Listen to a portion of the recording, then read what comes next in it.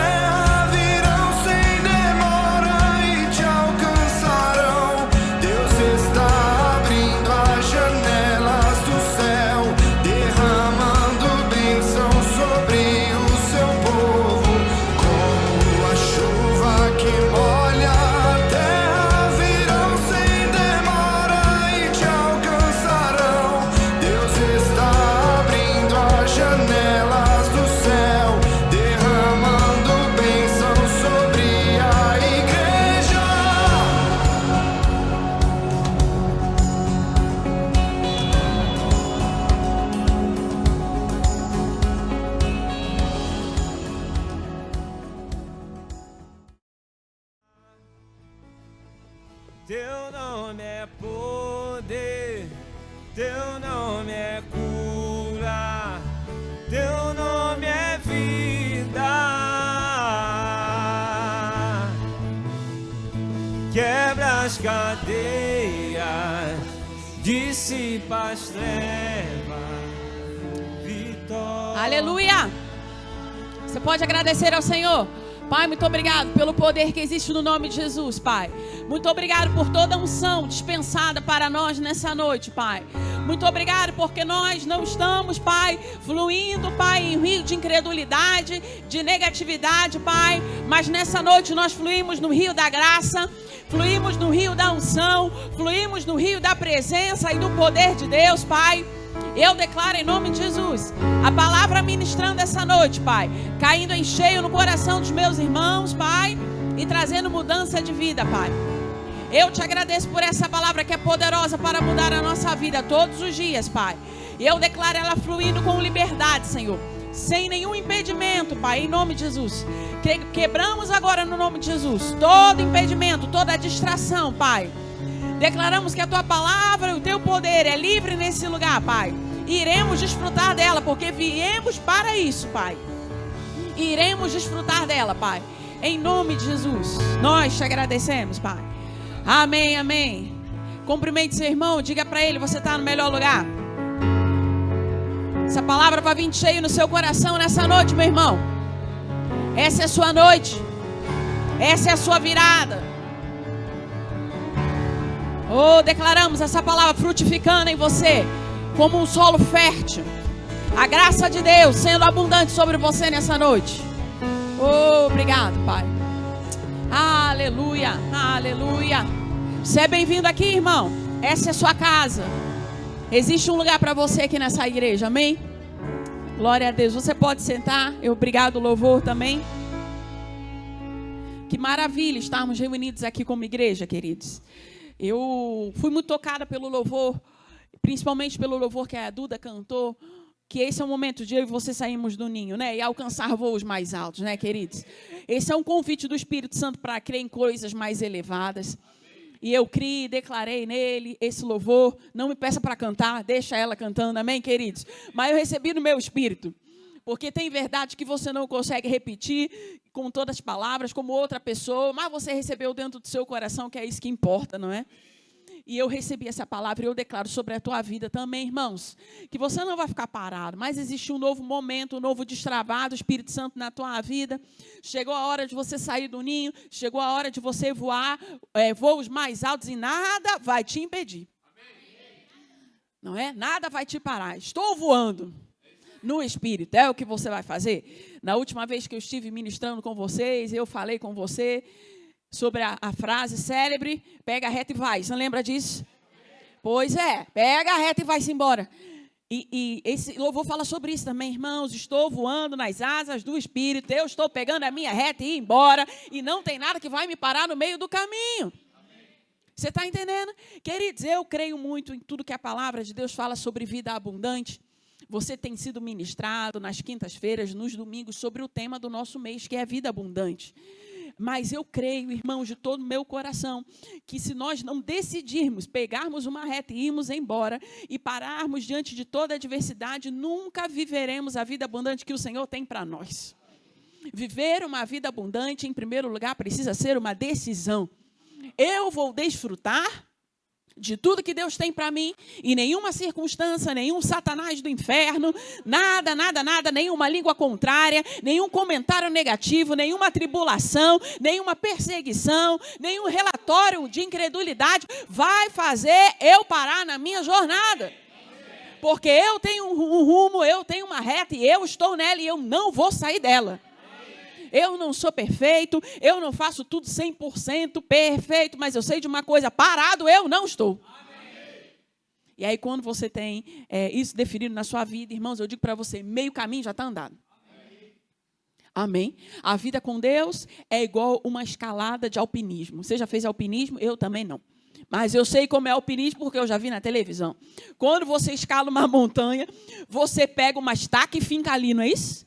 E você finca aquilo ali, e aí você pisa naquilo e finca uma outra estaca mais em cima. Pois a vida com Deus é assim. Você quer ir mais alto, finca uma estaca ali e não abre mão dela. E aí quando você tem firmeza naquela dali, você dá um salto maior e finca uma estaca num lugar maior. Você está entendendo? E você diz, está fincado aqui, é uma verdade absoluta, não vai sair daí, acabou-se. Agora eu só vou fincar uma estaca num lugar maior ainda, para eu crescer mais ainda. A vida com Deus, de crescimento, uma vida abundante, é assim. Agora, por que muitas vezes a gente não cresce? Porque a gente finca uma estaca lá. A gente é alpinista agora, tá? Entra no meu mundo. Amém? O fantástico mundo de Esté. Entra lá. Você fincou uma estaca lá, na sua montanha. Aí o problema é que quando é para você fincar outra aí mais alta, você tira de baixo. Aí você fala, essa aqui que eu botei nesse lugar, não sei se ela está tão firme assim, não sei se isso é verdade, aí você tira. Aí você vai se apoiar em quê? Coleguinha de Jeová. Você está entendendo? Finca a estaca da palavra lá. Na sua caminhada, na sua subida na montanha, não tira. Deixa como uma verdade absoluta lá e não tira. Amém, queridos? Mas nós vamos seguindo hoje e vamos falar sobre 5 princípios bíblicos para uma vida abundante. Você pode repetir comigo? 5 princípios bíblicos para uma vida abundante. Eu separei só 5 porque a gente poderia falar 300. Mas daí a gente não ia embora, né? E você tem que trabalhar amanhã, a gente tem muita coisa para fazer. Amém? E a gente vai falar hoje só 5. Mas teria muitos princípios bíblicos para uma vida abundante aqui, para você e eu percorrermos, amém? Mas o primeiro de todos que eu queria falar com você nessa noite, se você quiser anotar, é o primeiro princípio bíblico para você viver uma vida abundante. Ame ao Senhor. Eu gosto disso. Na verdade, tudo que eu falo de princípio, eu sempre começo com ame ao Senhor. Quando eu ministrei sobre crianças, sobre criação de filhos, eu falei que a primeira coisa que você deve ensinar para o seu filho é ensinar ele a amar ao Senhor. E é o primeiro princípio bíblico para uma vida abundante também. Sabe? Porque dizer que O primeiro princípio é amar o Senhor, é lembrar que a sua vida tem um trono. Amém? Me empreste uma cadeira aqui, meu coleguinha aqui. Traz uma cadeira aqui para mim, põe aqui para mim. Eu vou dizer uma coisa para você. Você sabe que toda vida, ela tem um trono. E o seu coração também tem um trono. A questão é que você escolhe quem é que vai sentar no trono do seu coração. E isso faz toda a diferença para se viver uma vida abundante. Em primeiro lugar, se você quer viver uma vida abundante, você precisa ter bem definido quem é aquele que senta no trono do seu coração.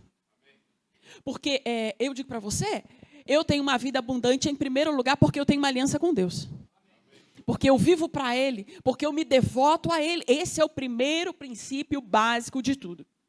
Porque as pessoas, elas querem ter uma vida abundante, mas elas deixam qualquer outra coisa sentar no trono do coração dela. E quando eu falo sobre sentar no trono do seu coração, eu estou falando sobre devoção, a quem você se devota. Eu estou falando sobre obediência. Eu estou falando sobre senhorio. Porque conhecer a Bíblia, saber que a Bíblia é a palavra de Deus, é muito bom, é bonito. O que é a Bíblia? É a palavra de Deus. As criancinhas do berçário, elas têm uma aula cantada, e a parte da aula fala assim, esta é a Bíblia, a palavra de Deus. Aí você fala, Esté, como é que você decorou? Ouve todo dia essa aula para ver se você não decora também. Amém? E as criancinhas pegam a Bíblia e elas cantam essa e umas outras partes da canção do berçário, que todo domingo é a mesma canção. E elas pegam a Bíblia, seguram a Bíblia e ela fala, esta é a Bíblia, a palavra de Deus. Olha, e elas cantam isso todo domingo, porque a Bíblia é a palavra de Deus. De fato, a Bíblia é a palavra de Deus. Mas deixa eu dizer uma coisa, a Bíblia, você precisa muito mais do que saber que ela é a palavra de Deus. Você precisa fazer dela Senhor das suas decisões. Fazer Jesus Cristo o Senhor das suas decisões. Aí Ele está sentando no trono do seu coração. E esse é o primeiro princípio de vida abundante. Quem senta no trono do seu coração? Porque algumas pessoas, elas têm, por exemplo, eu vou citar aqui para vocês, né, o dinheiro como alguém que senta no trono do coração delas. Na primeira ministração que eu fiz sobre vida abundante, eu li com vocês sobre Mateus.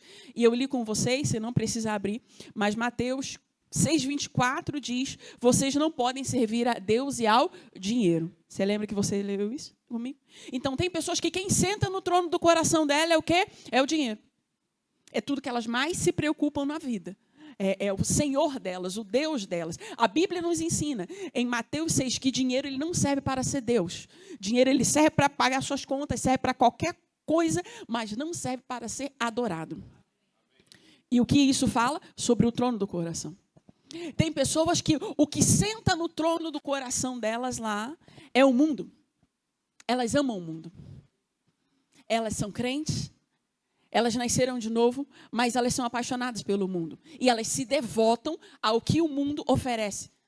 Então, elas conhecem a Jesus, mas quem senta no trono não é ele, é o mundo. Então, é impossível uma pessoa dessa ter uma vida abundante aqui nessa terra, enquanto o mundo estiver sentado no trono do coração dela. E aí você pode perguntar, como é que eu sei se o mundo é aquele que está sentado no trono do meu coração? Eu pergunto para você, a quem você obedece? É simples. Porque a quem você obedece, esse é o Senhor da sua vida. Se você obedece a palavra é o Senhor da sua vida.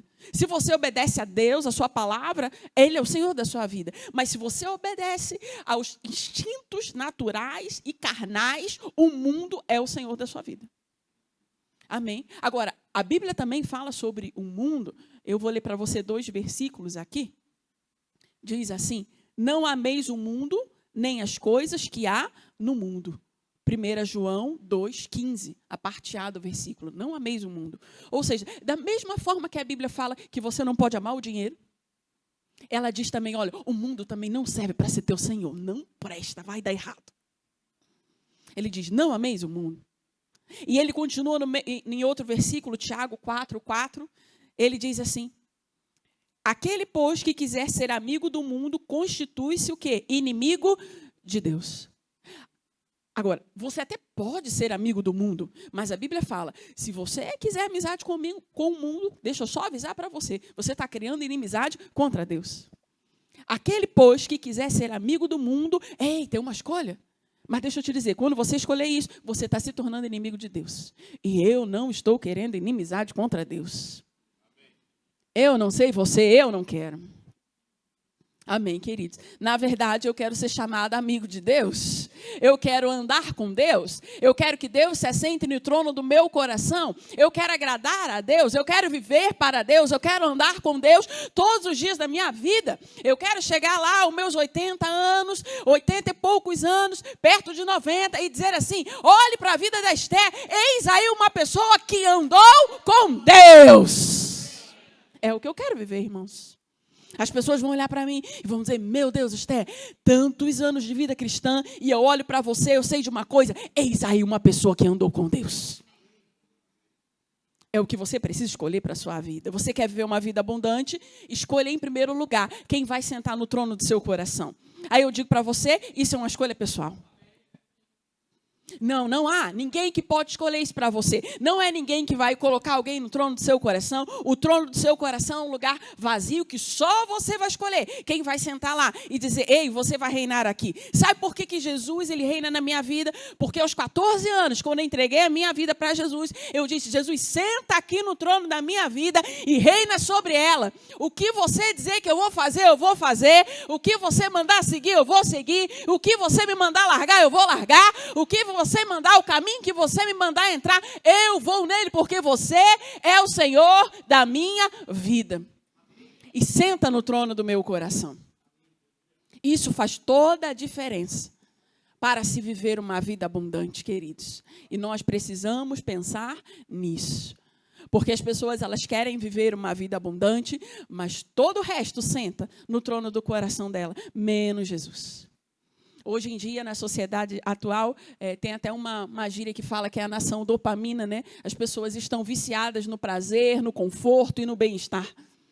E muitas vezes é isso que senta no coração delas, é o trono do coração delas. É aquilo que é mais fácil, que faz elas se sentirem melhor e que fazem elas se sentir mais agradáveis.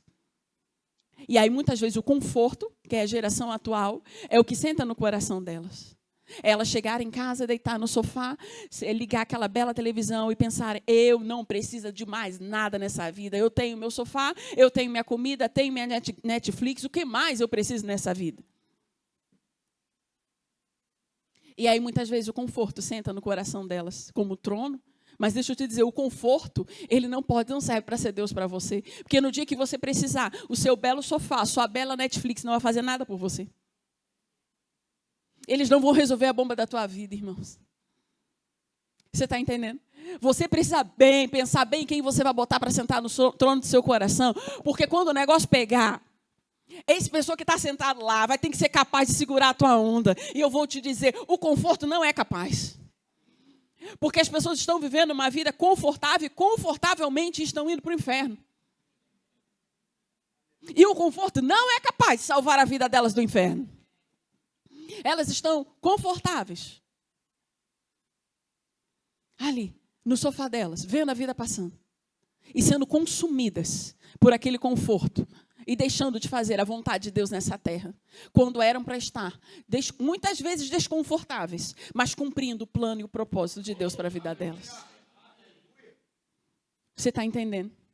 É isso que você precisa pensar. Você quer viver uma vida abundante? Olha para o trono do teu coração e vê quem está lá. Esse é o primeiro passo. Ame ao Senhor. É o primeiro passo para tudo. E em segundo lugar, queridos, eu quero trazer um outro princípio para você que você já sabe. Mas que precisa estar perto de você. Saiba o que a Bíblia garante que é seu e o que ela não te garante.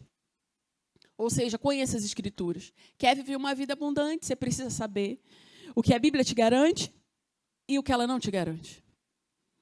Em Oséias 4:6, diz assim: o meu povo está sendo destruído porque lhe falta conhecimento. E o povo está perecendo, porque não sabe o que a Bíblia garante, não sabe o que a Bíblia diz, não sabe o que você tem, não sabe o que você pode e não sabe o que Deus espera de você. Você quer viver uma vida abundante? Conheça a Bíblia. A carta de amor de Deus para você. O pastor estava falando domingo disso, né? Pastor Peron. Conheça a Bíblia, o manual. É o segundo passo. Segundo princípio para você viver uma vida abundante nessa terra. E eu vou ler alguns versículos aqui para você. E aí sim você vai abrir comigo. Salmos 34, 9 a 10. Você pode ler Salmos 34 todo em casa. Fala muito sobre o socorro do Senhor para mim e para a sua vida. E ele diz assim: temei ao Senhor, vós os seus santos, pois nada falta aos que o temem. Os leãozinhos sofrem necessidade e passam fome, porém os que buscam ao Senhor, bem nenhum lhes faltará.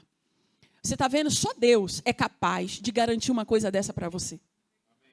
Você vê que Deus, ele não está dizendo para você nas entrelinhas. Não, ele está dizendo bem claramente. Ele está dizendo, se você viver uma vida de temor a Deus, nada vai faltar para você. Ainda que os animais passem necessidade, para você, bem nenhum lhe faltará. Aí algumas pessoas dizem, não, então quer dizer que não faltará enfermidade? Não, ele está dizendo, bem nenhum lhes faltará. Ele está dizendo, então, coisas boas você não terá necessidade delas. Você não vai ser desprovido, você não passará fome, você não passará necessidade, porque Deus te garante isso. Se você hoje estiver num aperto, irmão, eu digo para você, se agarre no Senhor, que Ele vai te tirar dessa. Você não nasceu para viver em situações como essa. E aí eu te digo, quem te garante isso? A Bíblia te garante isso.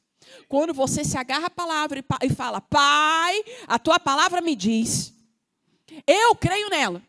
E eu verei essa palavra se cumprir na minha vida, você vai ver.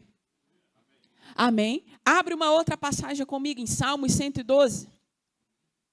Versículo 1. Esse Salmo 112, você pode escrever na sua casa, declarar ela enquanto você estiver andando de um lado para o outro, ler ela no seu devocional, ler ela no seu culto doméstico, ensinar ela para os seus filhos, colocar na sua geladeira, colocar no seu espelho, escrever no seu diário. Essa palavra tem que estar perto de você, irmãos. Se você quer viver uma vida abundante. Diz assim, Salmos 112, versículo 1 ao 4, depois eu vou para o 7.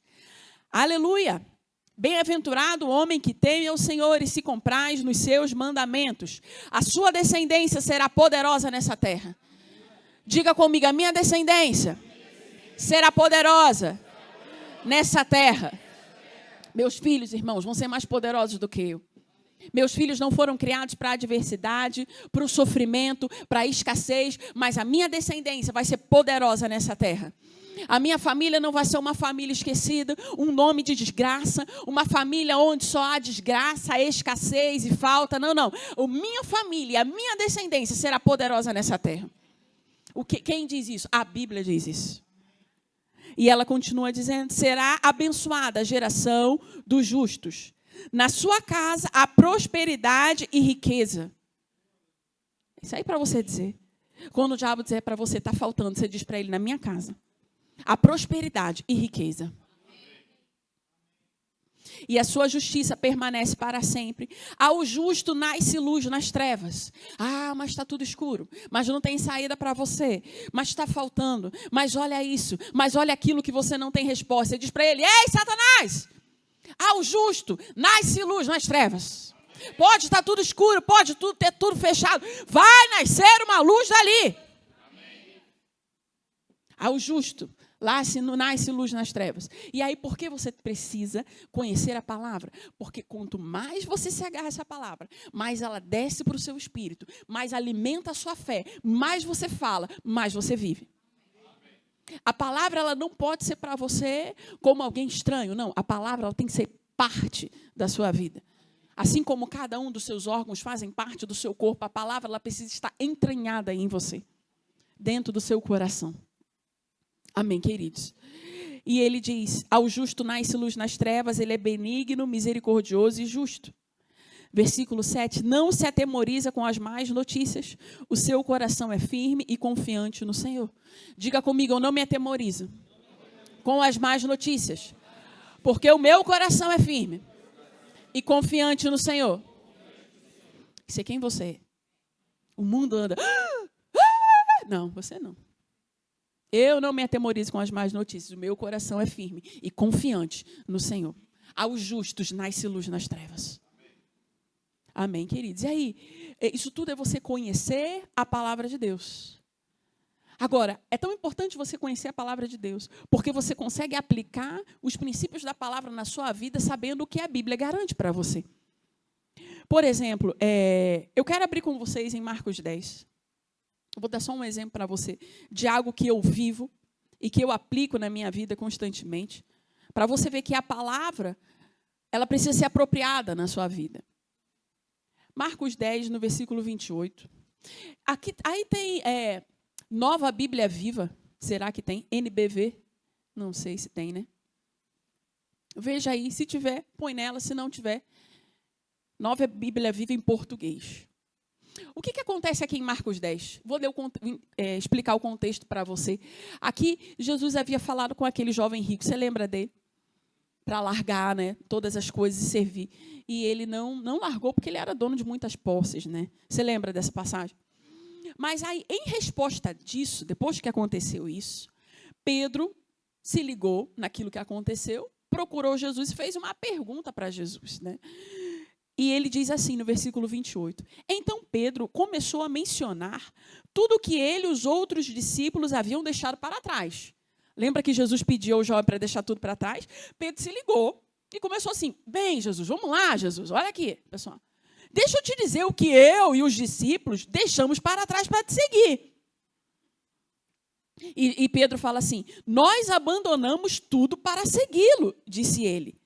E respondeu Jesus: eu quero garantir-lhe que não há quem, tendo abandonado lar, irmãos, irmãs, mãe e pai, filhos ou propriedades, por amor de mim, para contar aos outros a boa nova, que não receba de volta 100 vezes mais lares, irmãos, irmãs, mães, pais, filhos, terras, com perseguições.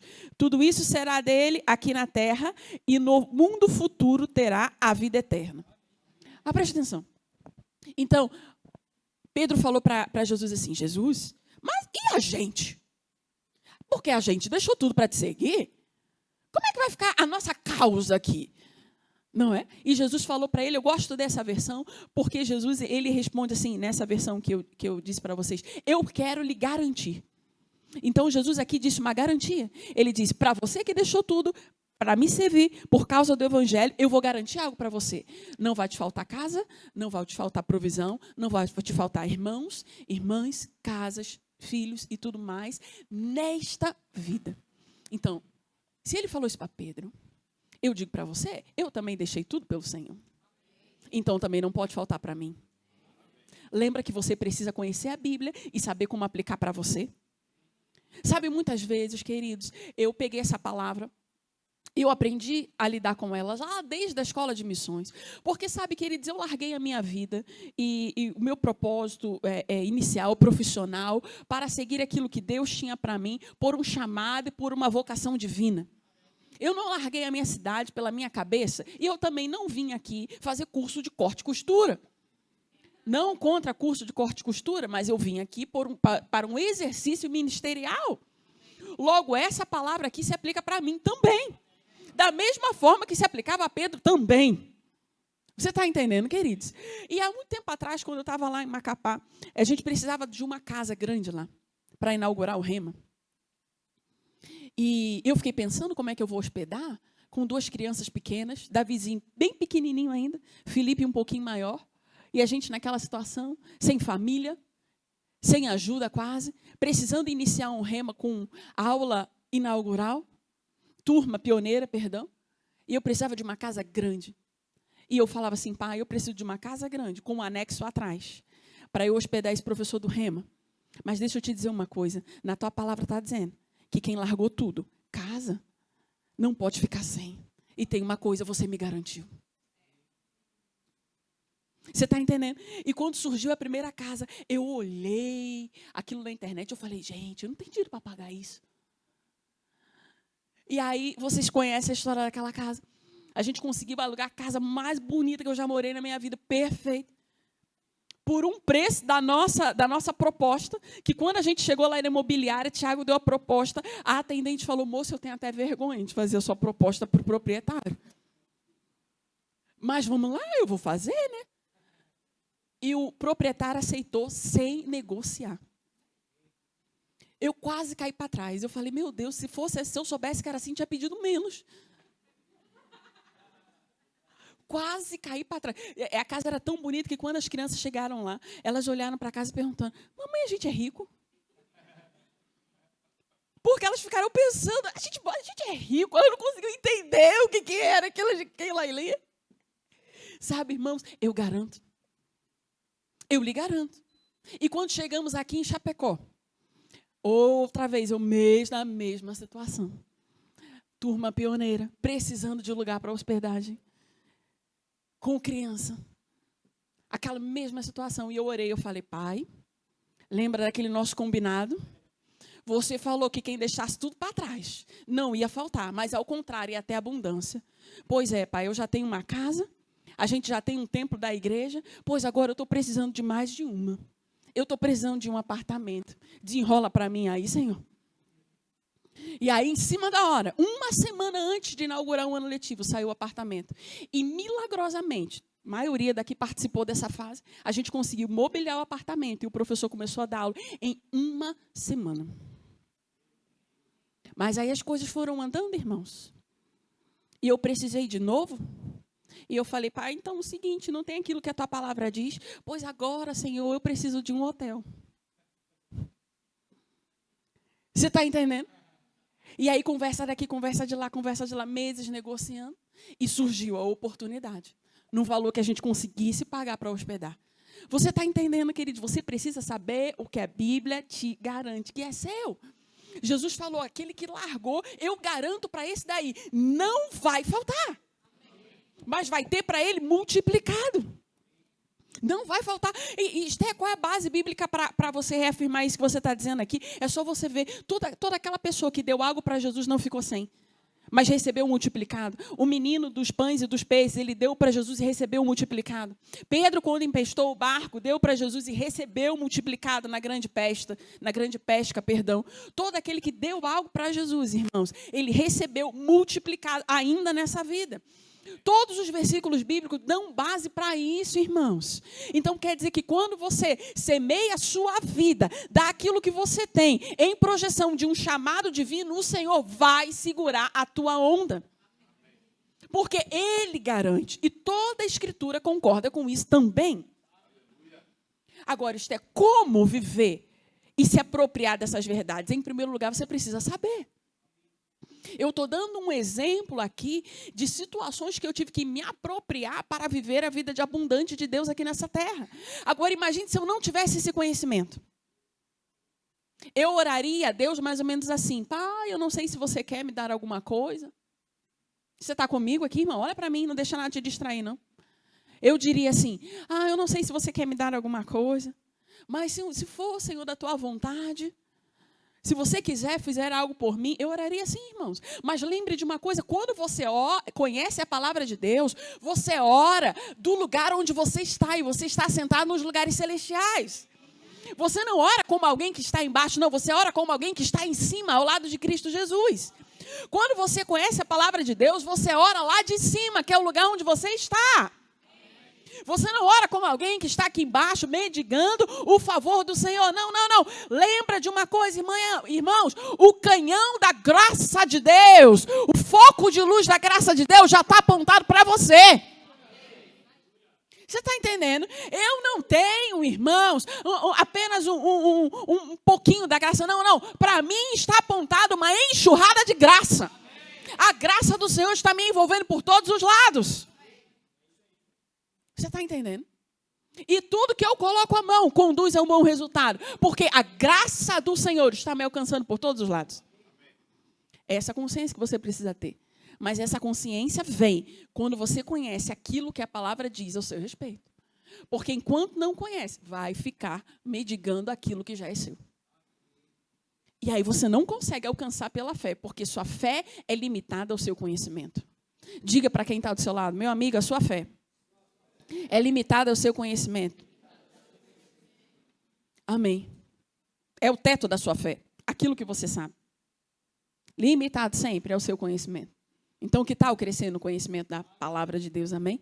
Para alcançar coisas mais altas. Outro princípio bíblico para uma vida abundante: trabalho com diligência. Diga comigo: trabalho com diligência. E eu vou ler duas passagens para você. A primeira é em Provérbios 14, versículo 10. Acha aí comigo bem rapidinho. Corre aí no seu dedinho, passando a sua Bíblia, rapidão, cometa.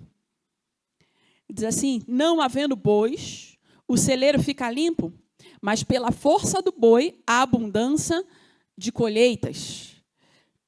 Na Nova Bíblia Viva, que eu estava lendo, diz assim: um curral sem bois não dá trabalho e está sempre limpo. Em compensação, pela força do boi, há abundância de colheita. Então, onde há o boi arando a terra ali, trabalhando ali, existe o quê? Colheita. Onde não há boi em movimento, onde não tem nada se movendo. É claro que a Bíblia, queridos, ela foi escrita num tempo onde havia aquela percepção muito fina de agricultura, de colheita, de semeadura. Por isso que os exemplos eles vão para esse lado. Mas é isso que ele está dizendo. Quando o boi está parado, o arado está parado, não tem colheita porque está tudo parado. Amém? O celeiro fica limpo, mas também não tem nada acontecendo ali. Mas quando existe movimento, e o movimento está sempre relativo ao quê? A trabalho. A você empreender alguma coisa. Nesse movimento existe o quê? Colheita. Eu vou ler agora com você Provérbios 10.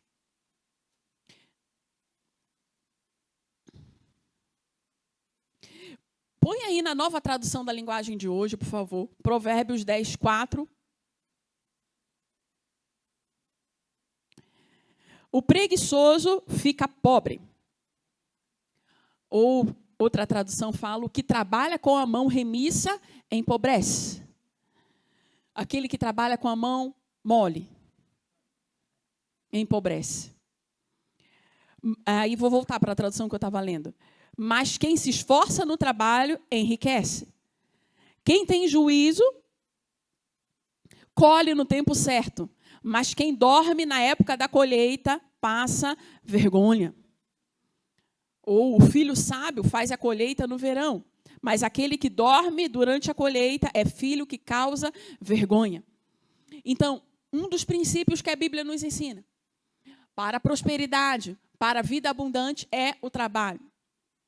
E a Bíblia fala que quem trabalha com a mão remissa, aquele que tem a mão devagar. Tem gente que fala, o Senhor fará algo para a minha vida. E o que você está fazendo em relação a isso? Eu estou esperando no Senhor. Vamos lá. Esperar no Senhor tem o seu lugar. Amém. Você espera no Senhor quando você não tem possibilidade de fazer nada. É uma causa impossível. Você não tem saída para aquilo. E aí você pode dizer, eu estou esperando no Senhor. Mas você não deve ficar parado naquilo que o Senhor espera que você se movimente.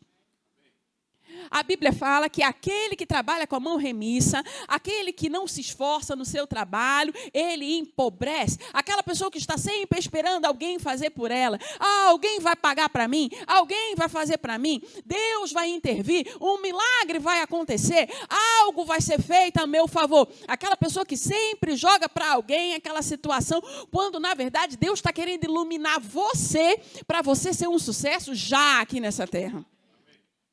Deus quer dar força para os seus braços produzirem riquezas aqui nessa terra. Existem pessoas que falam, não, Esther, mas é porque eu tenho um chamado em Deus, então eu vou me dedicar ao meu chamado. Eu digo para você, Deus, Ele não quer conversa com gente desocupada, irmãos. Porque se você é desocupado agora, quando chegar na hora de você exercer o seu chamado, você vai ser mão mole igual você era antes. E mão mole não serve para ministério, irmãos. Ministério tem que ter sangue no olho. Por isso que Deus chama pessoas ocupadas. Você era ocupada antes, você entra no seu chamado e continua a ser ocupado igual, irmãos. Mas é tudo trabalho. E os mesmos princípios de diligência, elas se aplicam também ao trabalho ministerial. Tem gente que trabalha mal fora e da mesma maneira que é mal profissional, é ruim no ministério. Você sabe que muitas das coisas, queridos, e princípios que eu aprendi na minha vida foi trabalhando fora, no secular. Às vezes as pessoas falam, não, mas eu tenho que aprender com Deus e com a sua palavra. Sim, legal, mas você aprende muito no mercado de trabalho. Você se enriquece profissionalmente, sua mente abre, você lida com pessoas, você lida com hierarquia. Tem muita gente que não sabe lidar com hierarquia na igreja porque nunca teve um chefe na vida. E aí ele chega na igreja e fala, meu Deus, o que é isso? Hierarquia? Eu não sabia que isso existia. Ele nunca teve alguém que olhou para ele e disse assim, não. Eu tinha um chefe tão ruim, tão ruim, tão ruim. Nunca esqueço o nome dele. Eu acho que foi um dos meus primeiros empregos. Eu ainda era recém-formada. Ainda não tinha sido nem terminada a faculdade, mas fui contratada antes. O nome dele era Márcio. Márcio era o Satanás. Eu sonhava com Márcio, irmãos. E eu lembro que uma vez eu sonhei que ele estava chegando de táxi na minha casa. E eu falei, o que você está fazendo aqui? Eu estou dormindo. Aí ele falou assim, não, você tem que ir para o trabalho. Eu, não, eu estou dormindo. Eu estou sonhando, sai daqui. Eu sonhava com o Márcio, era uma assombração na minha vida, irmãos. Ele era daqueles que era assim. Ele, na verdade, era chefe da minha chefe. E eu não tinha que lidar tão diretamente com ele. Minha chefe era perfeita. Era um sonho da minha vida. Ela era perfeita em tudo, irmãos. Ela me ensinava, ela tinha paciência, ela era um anjo de Deus da minha vida. Mas um dia ela chegou para mim e falou assim, Esté, eu tenho que te dizer uma coisa. Eu estou indo para uma outra empresa. Eu me leva com você, pelo amor de Deus, porque eu vou ter que lidar direto com o Márcio agora. Aí ela falou, você vai sobreviver, fica firme. E ela me tentou me levar com ela, mas não deu certo, me contratar lá, na empresa dela. E eu fiquei me remetendo direto ao Satanás. E eu me lembro que quando eu chegava para ele, eu falava assim com ele, me pedia para fazer um relatório, eu entregava um relatório. E ele me falava, você fez? Eu falei, fiz, é esse aqui. Aí ele falava, mas como você fez? Aí eu falei, não, porque eu tive uma ideia, eu fiz. Ele, olha só, deixa eu te dizer, Esté, não me interessa a sua ideia. O que me interessa é a maneira como eu mandei você fazer. Você fez do jeito que eu mandei você fazer, senão não faça me perder meu tempo. Vá lá para o seu lugar.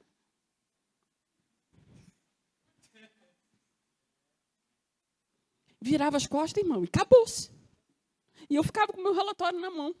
Cadê minha chefe? Ela era tão boazinha, levaram ela. Ficava com o meu relatório, irmãos. Aprendendo ainda, meu primeiro emprego, só tomava fora. E aí abriu uma outra vaga. Dentro da mesma empresa. Aí, irmãos, foi quase um ano apanhando de Márcio. Tentando fazer tudo do jeito que ele pensava ali, me acertar. E ele me catucava de propósito. Porque ele queria que eu tivesse uma atitude firme. E quando eu falava, ele catucava mais ainda. Mas me perturbou. E parecia que ele só cismava comigo. Nunca estava bom. Ele queria que eu fosse além. E me perturbava. E abriu uma vaga de emprego. Dentro da mesma empresa. E eu me candidatei a ela. Fiz o processo seletivo na mesma empresa, né, só que para outra área, porque eu queria fugir de Márcio. Passei. Quando cheguei na outra área, minha chefe, era um sonho, minha chefe era perfeita também. Eu cheguei no céu de novo, pai, graças a Deus, saí do Egito. E a minha equipe toda era crente ainda por cima. Era o céu, irmãos, lá. E aí eu falei, Senhor, nunca mais me tire daqui. Daí, quando eu não chegava atrasada por algum motivo, a minha chefe falava, vou te mandar de volta para Márcio, hein? Eu, não. E aí fui para essa nova chefe. Quando eu cheguei lá, ela chegou para mim, Esté, teu processo seletivo foi maravilhoso, você conseguiu passar por isso, por aquilo, mas você teve ótimas indicações. Na verdade, Esté, você sabe quem te indicou para essa vaga? Aí eu falei, não, ela é Márcio. Ele olhou e falou assim, não tem pessoa mais perfeita do que ela, pode botar que ela vai dar conta. Eu falei, quem? Ela, Márcio. Ele assinou embaixo na tua contratação. Aí eu falei, meu Deus, o que é isso? Aprendi muito lá, irmãos. Aonde? Trabalhando fora. Ganhando meu dinheiro para pagar as contas. Deus usando pessoas para me ensinar. Deus usando o trabalho para me prover. E é assim que Ele vai te prover também. E Ele vai te levar cada dia para coisas maiores. Amém? Para empregos que te deem projeção de mudança. Amém, queridos? Você foi chamado para entrar no emprego, irmãos, e ser promovido. Você foi chamado para ter salários cada vez mais altos. Agora, eu digo para você, também não é pó do pirim-pim-pim. É diligência, é trabalhar certo. É chegar no horário, é cumprir as normas da empresa. É seguir os protocolos da empresa. Eu já contei para você como eu dava cara na parede quando eu comecei a trabalhar. Eu trabalhava no escritório formal. Você tinha que usar cores sóbrias. Era assim, era protocolo da empresa. Um dia eu cheguei lá para trabalhar com uma saia de coqueiro e com uma blusinha de alça. Minha chefe olhou para mim e falou, vamos para a praia? Aí eu falei assim, mas por que? Tem alguma coisa errada comigo? Ela, tudo está errado com você. Aí eu falei, mas você não gostou dessa roupa? Ela, nunca mais vem assim. Aí eu falei, anotado. Mas é porque eu errava tanto e todo dia, né, que mais uma não fazia diferença ali. Mas eu aprendi e anotava aquilo que eu ia aprendendo. Porque às vezes eu não conseguia me tocar sozinha, entendeu? Eu precisava do toque dela. E era bem suave o toque dela, né? Então você precisa aprender a força do trabalho. O Senhor, Ele vai te aperfeiçoar também lá no seu trabalho. Amém, queridos? Não fiquem engessados. Ah, mas como o Senhor vai me providenciar? Ah, um milagre. Irmãos, o seu trabalho é tão sobrenatural como qualquer outro milagre de Deus. Crescer profissionalmente é tão sobrenatural como qualquer outra atuação divina na tua vida. Você precisa abrir os olhos para isso, irmãos. Amém? Meu pai, tempo me vai. Mas vamos lá. Vamos ler Provérbios 11, 24. Quarto princípio. Plante sementes de generosidade. Diga para quem está do seu lado, plante sementes de generosidade. Provérbios 11, a Rose já leu quando esteve aqui com vocês, mas eu quero ler de novo esse versículo porque eu quero dizer para vocês como eu me apoderei dele, né? Para a minha vida, eu vou ler em duas versões para você, na Revista Atualizada e depois na Nova Bíblia Viva, tá certo? Vamos lá na Revista Atualizada, diz assim, quem dá liberalmente ainda se lhe acrescenta mais e mais, mas o que retém mais do que é justo ser-lhe-á em pura perda. Primeiro, esse é um princípio muito sério, porque isso é uma garantia.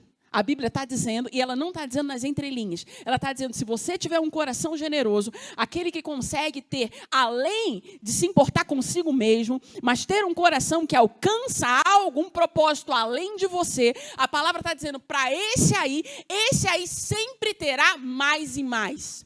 Ele está dizendo que quando você consegue olhar para além de você, você nunca vai ter falta de nada, mas ao contrário, vai ser como um rio que vai jorrar para você infinitamente mais sem ter fim. É a primeira coisa. E a segunda coisa desse versículo, ele diz, aquele que retém mais do que é justo. Ou seja, se ele fala mais do que é justo, significa que uma parte você pode reter para ter o consumo. Você está entendendo? Algumas pessoas falam assim, não, Esté, porque a Bíblia, eu não vou dar tudo dos meus filhos, a gente vai passar fome e vou dar tudo. Não. A Bíblia fala que o que retém mais do que é justo. Então, uma parte é para você, outra parte é para além de você. Você está entendendo? E ele fala, quando você retém tudo, ou seja, mais do que é justo, quando você segura tudo, é mão de vaca e dá tchau com a mão fechada, a Bíblia está dizendo, para você, isso aí é pura perda. A Bíblia está dizendo, quando você acha que está segurando, está escorrendo. É simples. Porque na nossa cabeça a gente está segurando, mas a Bíblia diz, está escorrendo. Porque vai ser para você como perda. Agora eu quero ler com você. Não, deixa eu continuar aqui. A alma generosa prosperará. Quem dá a beber será desidentado. Agora eu vou ler o 28. Quem confia nas riquezas cairá, mas os justos reverdecerão como a folhagem. Quem confia nas riquezas cairá, mas eu vou me tornar cada vez mais verde, viçosa, viva, como uma folhagem verdejante. Eu quero ler esse mesmo versículo para você, na Bíblia, em Nova Bíblia Viva em português. Diz assim, quem reparte generosamente seus bens, vê suas riquezas aumentarem. Você quer ver suas riquezas aumentarem, amigo? Cresça em generosidade. Aproveite todas as oportunidades da sua vida para você ser generoso. Quem procura segurar mais dinheiro do que necessita, lembra que eu falei? Acabará na pobreza. A pessoa generosa terá sempre mais e mais. Ela receberá de volta todo o bem que fez aos outros. Sabe, eu agarrei esse verso para mim. Esse é um verso que eu confesso na minha vida. Sabe, queridos, eu tenho uma vida de generosidade. Eu me dou às pessoas, eu me dou o meu tempo, eu dou os meus recursos, eu me dou na igreja, eu me dou ministerialmente. Na verdade, a minha vida e da minha família é uma grande doação de generosidade. Mas, sabe, eu não faço isso de boca calada. eu faço isso declarando esse versículo. Pai, eu creio que eu receberei de volta todo o bem que eu faço aos outros. Pai, eu declaro que cada semente que eu plantar, ela não vai ficar vazia, mas ela vai voltar para mim. Pai, eu declaro que eu receberei de volta. Eu não semeio sementes inférteis. Mas tudo que eu fizer, cada semente que eu plantar, cada vida que eu alcançar, cada palavra que for tocada na vida da pessoa, eu receberei de volta todo o bem que faço aos santos. Sabe, queridos, pratique generosidade, mas tome posse também daquilo que a generosidade pode fazer na sua vida.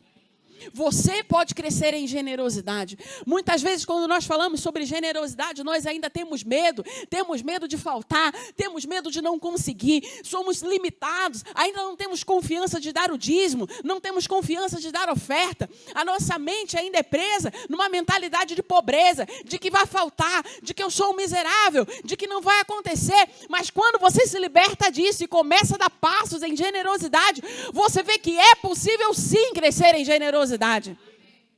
E a sua mente vai alargando, queridos.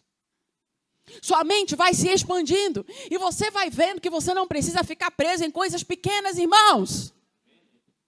Porque o Senhor, Ele tem coisas maiores e infinitas para você.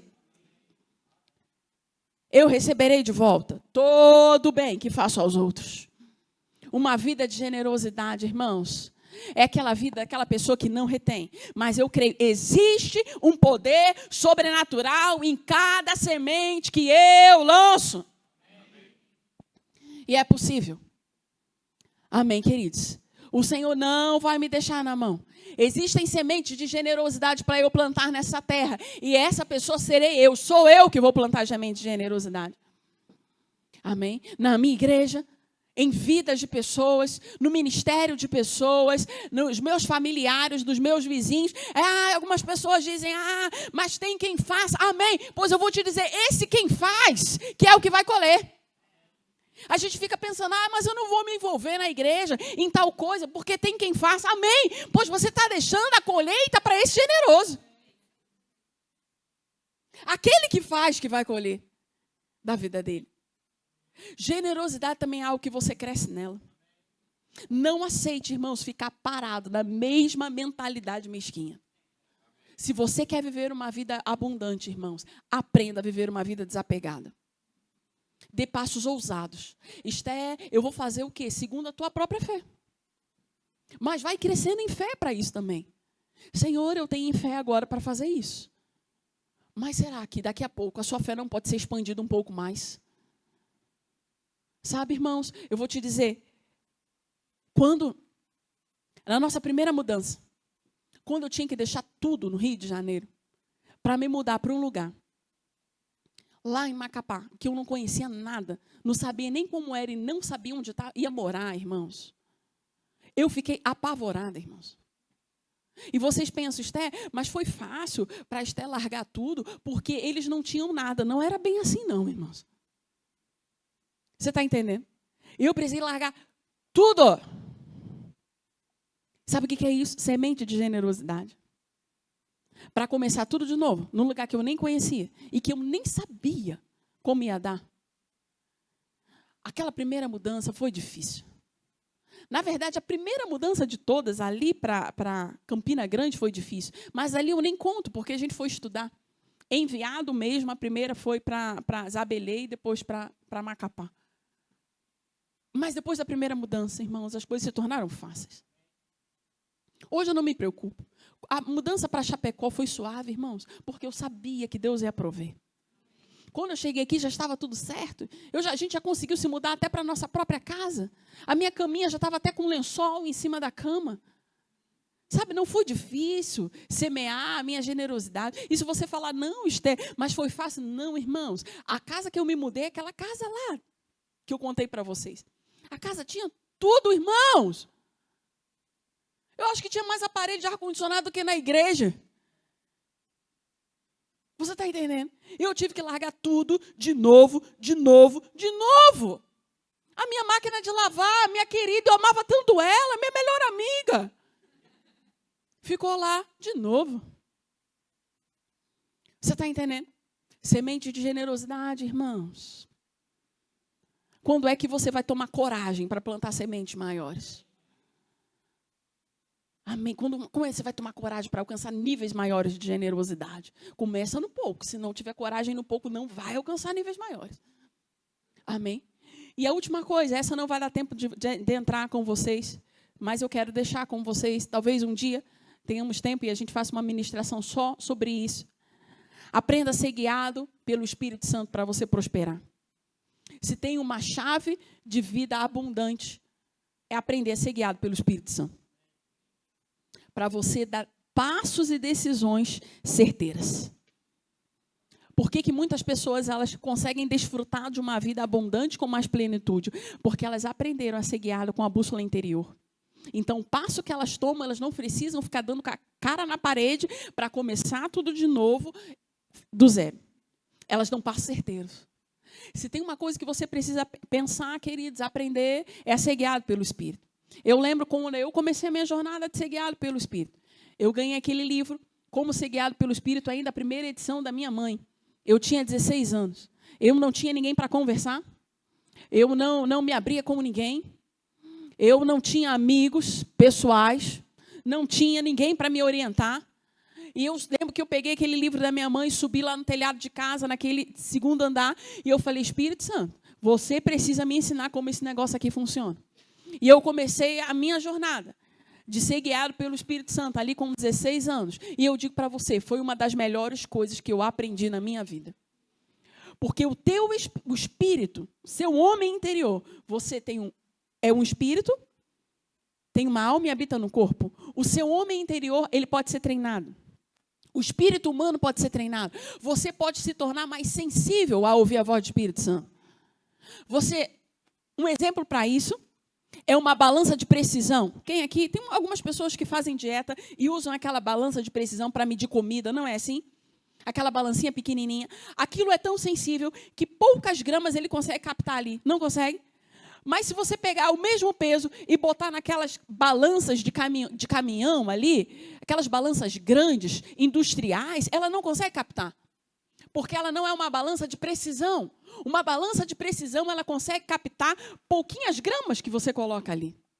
Sabe, o teu espírito ele pode ser tão treinado, a ponto dele ser tão sensível e conseguir captar com sintonia fina, que outras pessoas não conseguem captar.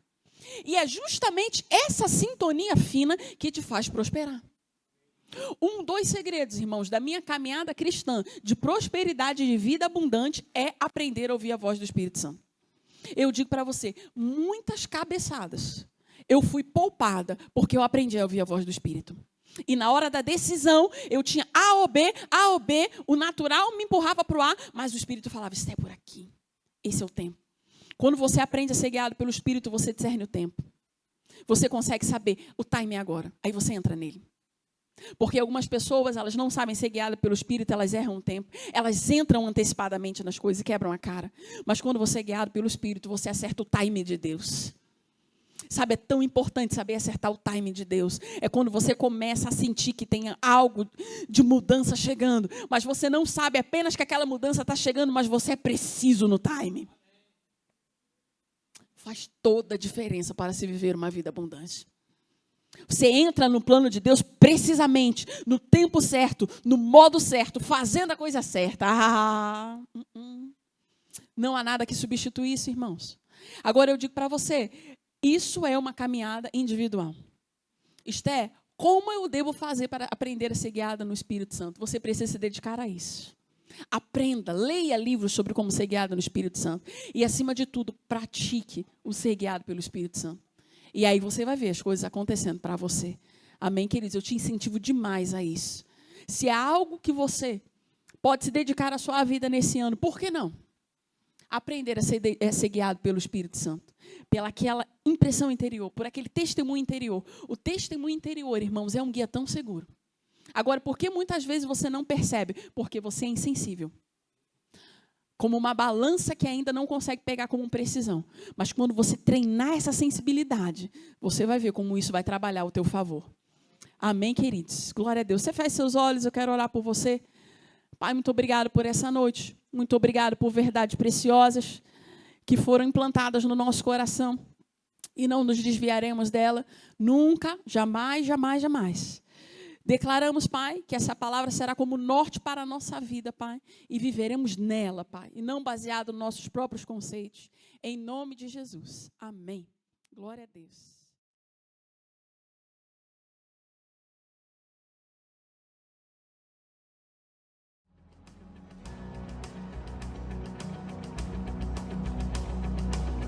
As nações estão vendo, anseiam o cumprimento de um novo tempo que vem sobre nós. Posso ouvir as pisadas, som de vozes cantando. São os povos marchando, trazendo a provisão.